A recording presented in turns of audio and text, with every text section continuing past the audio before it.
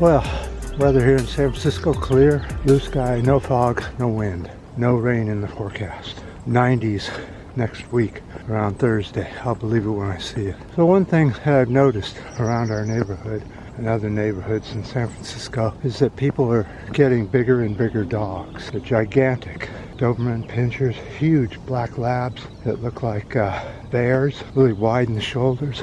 All kinds of big dogs, vicious dogs. And the reason is because then they can, when they come across each other, they fight their dogs for the entertainment of it. To me, it's a degradation of society. Society is really turning into shit. So there's all these areas on the sidewalk that are all bloody where these big dog fights took place.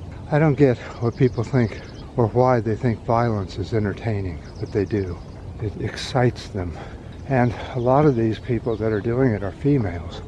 The females have the biggest dogs in the city, gigantic dogs. Well, the guys have these little bitty ones, but they're all fighting their dogs and getting turned on by it.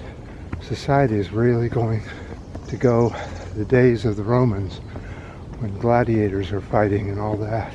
I can't imagine another 20 years what society will look like, but that's not what I'm here to talk about.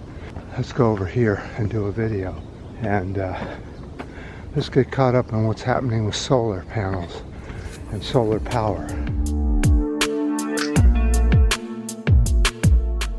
Okay, what does the sun have to do with climate change? And what can the sun do for climate change? Well, solar panels for solar energy. Let's get caught up on that. Between 2010 and 2019, solar rose from 0.06% of all energy to 1.11% of global energy mix. In 2020, solar growth is up 22%.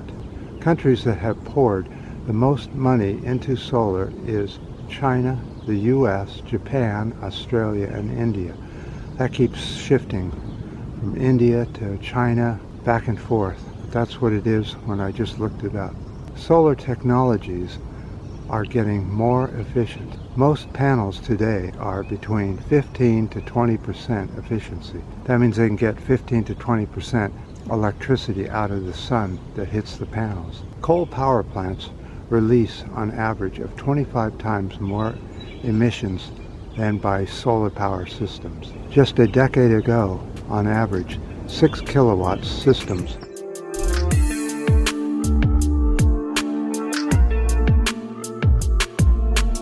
could cost $50,000 or more.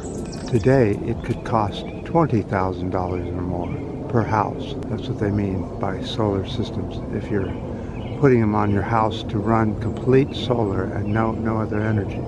Solar has gone down by an annual average of 62%. Solar power plants require space. For example, electricity for 1,000 homes requires 32 acres of area to have the panels. This means to meet the U.S. energy, for example, this means to meet the U.S. energy consumption, solar needs to nearly 19 million acres of either roofs or parking lots or land to put the panels on. That is an equivalent of 8% of all the entire country has to be covered with solar panels. By 2050, solar energy systems could be responsible for 78 million tons of heavy metal waste because these systems have to be thrown away after a while. They get old. And because of all the heavy metals and chemicals used to make them, it has to count for that. Now, what about the battery storage for this? So you have the solar panel, the regulator, the wiring, and the batteries so that you store up the electricity during the day, and then you can take the battery juice from during the night to run everything. Let's look at the world electricity generation and what's happening. As you can clearly see, solar is going up the fastest by more than any other type of electric systems generated. So unfortunately, there's no perfect electrical generation out there, but solar and hydro are the cleanest and happen to be the ones the solar is the one that's meeting the needs now at this time. So if you got an extra $20,000, you could get yourself a solar powered system for each home, and that includes batteries and the like. So while we have a moment or two here, let's go ahead and go up this way, and I'll head on back and do the video. I've noticed that on YouTube a lot of channels are getting lower and lower hits. I don't know what's going on. Is it YouTube that's no longer interesting to people? Are people burned out on it? They want those little tiny screens that are about like this and this tall, you know, and all you get to see is just a little itty bitty piece of the screen. I don't understand why that's a hit now. But more and more people tend to be going to that on their phone, where their phone is tilted this way instead of this way. If it's this way, you'll get a screen like this. If it's this way, you'll get a narrow screen. And I don't know if that's on purpose or if people want it that way. But I've certainly noticed that on my channel, the views are way, way, way, way down from what they used to be. Maybe people have no interest in the climate or the environment, and maybe it's something they're all burned out on. I don't know.